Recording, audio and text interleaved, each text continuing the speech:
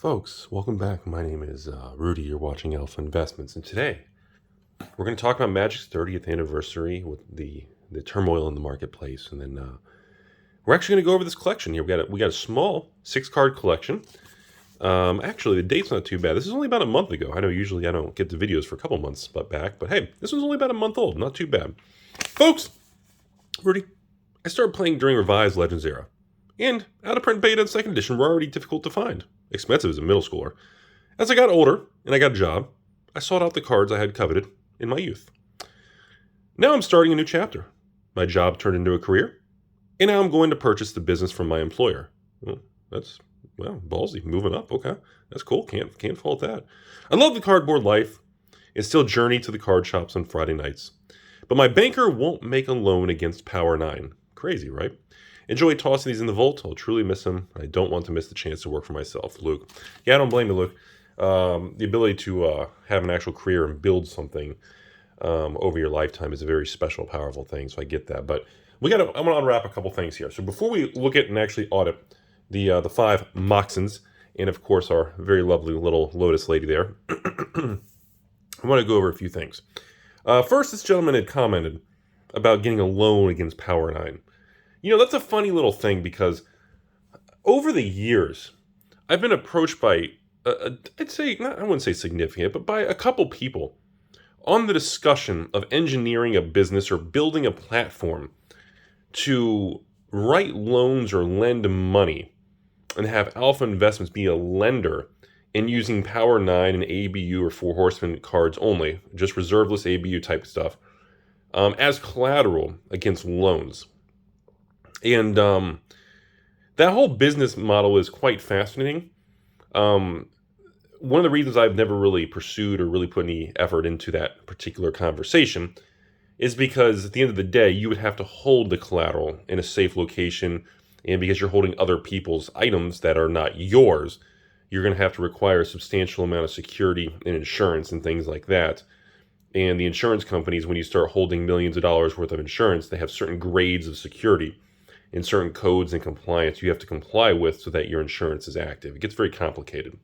I don't know if a lot of people are aware of that. For example, if there's a gate or a locked cage, you can only use a certain grade lock on the door for your insurance to be valid. It gets very complicated when you get to certain degrees of security insurance. But anyways, you know, one of the things people like about their collectibles as long-term, enjoyment, collecting, investing, whatever it may be, is people like owning them. They like the ability to know they have them and look at them.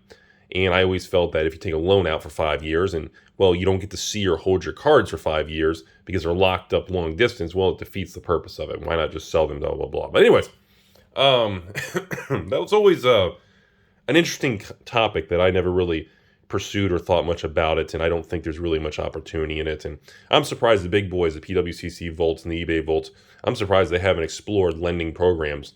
And I heard rumors they were going to explore and expand that, but now that we're in 2022, and interest rates are actually becoming a real thing again for the first time in ages since pre-08, what are you going to do? Take loan against your Power 9 and pay 10% interest or 8% or 9%? I mean, the average business loan is now approaching 10%. A HELOC, home equity line of credit, or also as a second mortgage, which used to be, 4 to 5%, is now approaching 7, 8, 9. So, now that the numbers are shifting, that kind of business model is completely dead. It's kind of like the reason the real estate market, the mortgage market, the refi market, anyone who works in the mortgage industry right now is getting clobbered. Anyway, so let's go to the cards. Friendly reminder, folks, everything you see in this video is not for sale. I appreciate the kind comments and the offers I always get. But again, these products are not for sale. This is just video inventory and enjoyment for everybody before we send them off to the Rudy Vaults for Indiana Jones in the back for the end of time. So anyways, this was a transaction completed about a month ago. A very nice individual named Luke. I hope the money serves him well and the business is successful and everything's like that. Unfortunately, this wasn't a major what I would consider a high dollar transaction, mostly due to the severe wear and love of these particular cards. First, we'll start again. This is the difference between amateurs and people who've never handled this stuff and people who know really detail what you're looking for. First, on the surface, cards look beautiful. We got one signed card over here. It's a scribble, which means it's Dan Frazier. And of course, we got the old Sea Rush, Lotus, and of course the 5 Mox. So now when we get into closer inspection, we'll start off here with this Mox Pearl. You'll start to see up close, it is not in played condition. This is straight up damaged. On top of that, one of the things people miss in the CCG world is surface. This is a water damaged, wavy card. I don't know if that shows up on, well, I guess it doesn't really matter because of condition. You actually, I don't know if you guys can see that. So if you look at a normal card like this, when the light hits it, it's smooth. You see when the light hits it, it has uneven, you can see the light reflecting it different because it's not actually a smooth surface. It actually has a waviness to it. It's tough to show on camera. But anyways, on top of that, obviously, you've got actual mild creasing. You've got literally corners. You've got severe dirt, and it almost looks inked because of the high amount of dirt on the actual card there. But anyways, we have an actual damaged, unlimited Mox Pearl, and actually the corner's pretty rough too. Beautiful card. Again, many people say to me, Rudy, would you rather have... The most common question I get is, Rudy, would you rather... Are you interested in my Beckett 9.5 quadruple quad 16.9 subgrade, only handled by the first Taco Bell in California? Are you interested in that? I said, honestly, that's great and all, but we're probably not going to agree on price. I don't pay huge premiums for certain subgrades. I'm just not into that. I'm not saying the value isn't there. It's just not for me. And that's okay. Everybody's different. Now, I have other friends and colleagues and stores I've talked to. They love that stuff. Like, dude, they get into the BGS and there's certain quads. Is it a base? Is it a plus plus? Is it a minus? I mean, dude, they get into that. And that's great. You know, it's just not for me. You know, no hard feelings either way. It's okay for everyone to be different. You know, as long as you still like tacos. You know, other than that, that's the Pearl. Next, let's jump right to the Lotus, okay? So we got a gorgeous Lotus. Obviously, once again, very well loved. You can start to see in here. Texture is good. No water damage or waviness. We got a little bit of staining and dirt and grime grinded into the surface. On the back here, looking at it again, once again, very beautiful card. It is authentic wear and tear based on the whitening, which turns to yellowing. You definitely have the infamous shuffle, creasing marks in the middle. You can see, right, where's Rudy's tool? I don't have Rudy's tool with me. But you can definitely see, like in the middle, usually cards that were shuffled and did a lot, people go like this. So you can see more wear and wavy lines in the middle of cards. See right there? The middle right there. Usually it's about a ½ inch section in the middle of the card. Very well loved. Again, extremely, extremely loved card. Very low grade here. This is if you're actually going to grade it. All the whitening is turning to yellowing. On top of that, it looks like we have an attempt at, I don't know if you guys can see that, an attempt at eraser? Somebody looks like they tried to erase or clean up this edge. The whitening looks a little off. Something's off right there. Look, the surface, it feels weird. Somebody tried to polish and clean the edge. Didn't work. So again, we got a very well-loved, a very low-quality but gorgeous card, Black Lotus. Again, folks, if you want to be on the channel, AlphainvestmentsLLC at gmail.com. The old PP for pictures and prices. No giggities. I got plenty of that with the old misses. And you too can be on the channel. Remember, folks, no, I don't pay you 110 cents on the dollar. No, I'm not going to give you the highest price in the universe. You can make more money selling on your own, assuming risk and taking chances. But again, I think buy lists and average purchases still averaging between 60 to 69% giggity. So in other words, if, you know, if all of this is worth, let's just say $20,000 even, on average, you would be looking between 60 to 69%, depending on the exact condition, is usually what I pay. If it's $100,000, it usually ends up being around $60,000, $70,000. That's usually the range to give you an idea. Obviously, very rough damage cards is going to be lower than that. Really clean cards, we can push above that. But that's about it. Anyways, back to the video here. So that's the Lotus. But when we get to the Mox, some of these are a little nicer. Like you look at the Mox Jet here. Again, you can see the surface. You can see the black on the actual emerald, on the jewel. Having some wear marks on the back. See that type of wear? That is from sliding on hard, rough surfaces with genuine. You can see the corners. That's from maybe in a backpack or a different, very weak. You can see the high, really wear. That corner is almost damaged completely. It's almost ripped off. Now, I think the Sapphires actually might be the nicest here. This one out of the batch is a gorgeous card. Yeah, this one I think is the nicest. Out of all of them, it's still played. You know, you can see surface dings. You can see marks. But this one's the most beautiful of the whole batch. Very cool card. Not really anything to complain about there. The old scribbly Dan Fraser over here for the Ruby. Again, you can see even on the surface, you can see coloring removal. You can see the white spots down the middle. You can see surface, no moisture damage, not wavy. Back of the card, oh, that is a lot of love right there, ladies and gentlemen. Corners, you can see the very soft wear of the paper material wearing down. Very beautiful card, very well loved. And last but not least, going into the Mox Emerald, which is now completely damaged because I dropped it. And you can see there the corners and everything are still pretty... this one's got a pretty... You can see a crease line on that corner. Again, another very heavy played, well-loved, damaged card. But anyways, now that we got that part of the way, again, Luke, good luck on your business and ventures. I wanted to comment because this was one of the videos I was saving because when I heard about the Magic 30th anniversary thing a week ago. I was like, okay, good time to film some of these collection ones that have been in the queue. And I'm gonna be very blunt about it. Who the hell is gonna buy? You're probably gonna have to buy what? 20, 30, 40 boxes of 30th anniversary proxies to get a Power 9 set, right? So what? You buy 30 of them and get real lucky and get a Power 9. Well, if you want the retro frame Power 9 set or just the regular, I mean, who's gonna buy 30 boxes for $30,000 plus tax? So I guess who's gonna buy 30 boxes for $32,000 when you can literally buy the original 30-year-old real deal? Remember, this is the only printing of white bordered Power 9 in the history of Magic the Yu-Gi-Oh! And your stepsister. There is no other printing in white border. Okay? You got Alpha, Beta, and you got, Ice and CE, which are all black bordered, beautiful cards, all of them. But this is the only version. Who's gonna buy 30 boxes of 30th anniversary for 32 grand instead of just getting the real thing? I don't get it. I don't understand. Who the hell is it targeted for? That's my speech. This Wizards is telling us that the value in their brand and IP is so valuable at this point, even getting proxies without even pretty... Dude, you don't even get the beautiful card backs, man. You get that weird... Actually, like, their card backs, it doesn't even look good. It looks like a homemade printed card. And they don't even look the same. I'm telling you, you get these original... Even if you hit a Lotus, the text box, the coloring of it, the framework... The word Black Lotus is a different color. The mono, everything is different.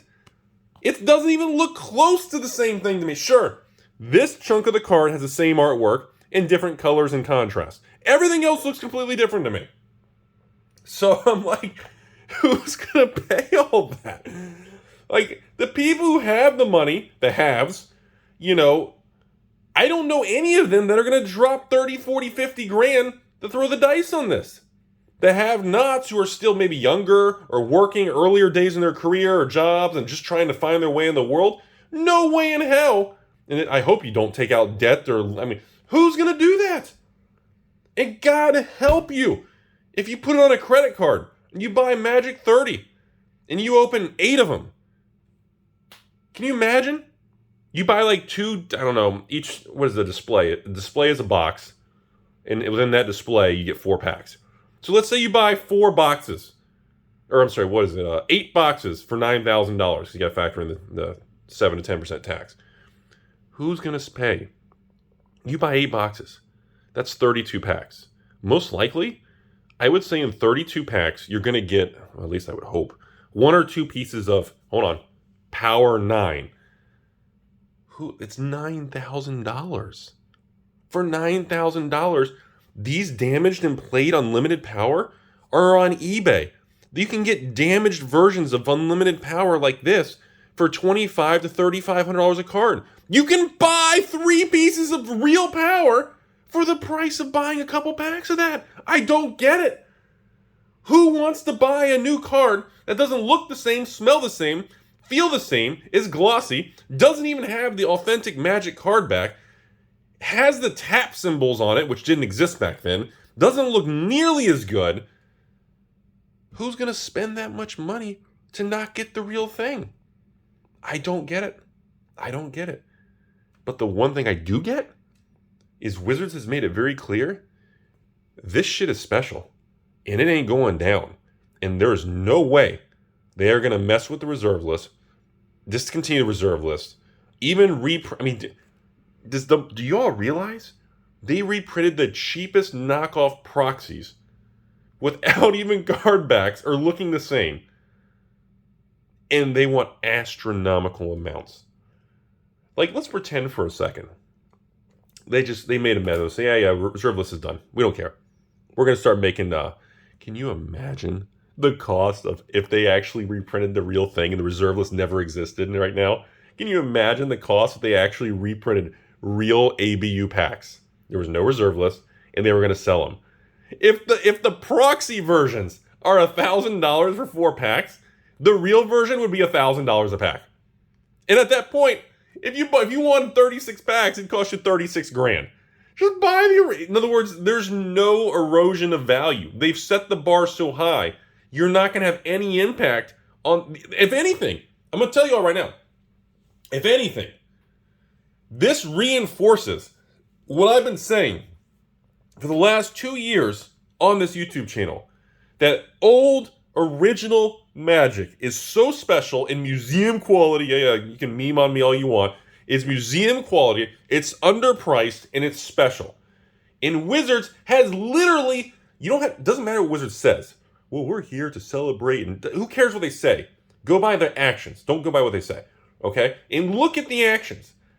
If they're willing to make proxy cards, and they're willing to sell them for massive money, that is them acknowledging the value of these old cards.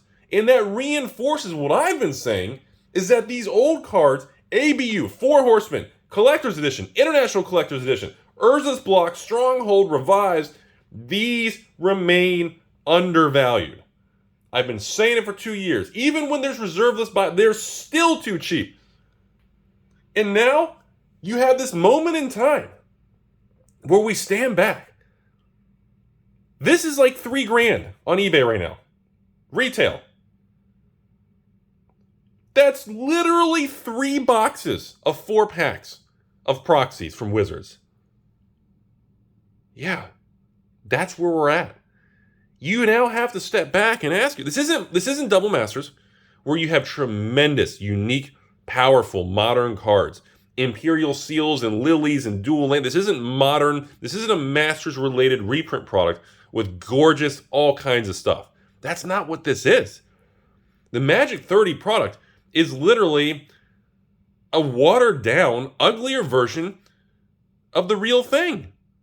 And the problem is, like, I was talking to someone else, and they told me, I said, well, Rudy, they said, Rudy, are you gonna buy any? I said, originally I wanted to at least buy one just to have it on the background or the shelf, but now I'm just like, the price is so high. And I just sit there and I'm like, and you know what this individual told me? This person said, well, Rudy, I wouldn't even want to play with the Magic 30 proxies, even on the kitchen table. I said, I don't get it. What do you mean? Because this individual goes, because anyone who sees you playing with that is going to make fun of you and ridicule you. And he actually used the term bully you and laugh at you if you're playing with a group of friends that you actually bought the overpriced fake cards. It's almost like a meme now. And I was like, really? I never thought about that. The individual was literally like, yeah, think about this. If you're in a group of 10 people hanging out and you're playing a deck and everyone's playing vintage or, I don't know, modern, standard, old school, whatever, or just some commander, anything, whatever. It doesn't matter what you're playing.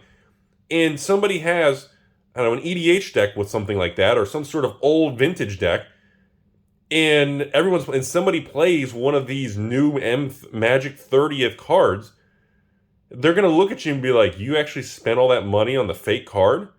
Why didn't you buy the real one? Like, I feel like, and when he told me that, I feel like there's some truth to that. I gotta admit, if somebody was playing against me in a vintage deck, and we were just hanging out having fun on a Friday night and playing strip Magic, and somebody played, a Mox Ruby, and it was the Magic 30th version, and they like, oh yeah, I hit that. I bought 1 box of Magic 30th for $1,000, and I got lucky and I got 1 piece of power. I said, oh, that's awesome, man. But then I'm like, did you ever just think about just buying the actual card instead of spending $1,000 on? Or, what if the person said, yeah, I bought a couple boxes for a couple $1,000 and I got lucky and I hit a piece of power.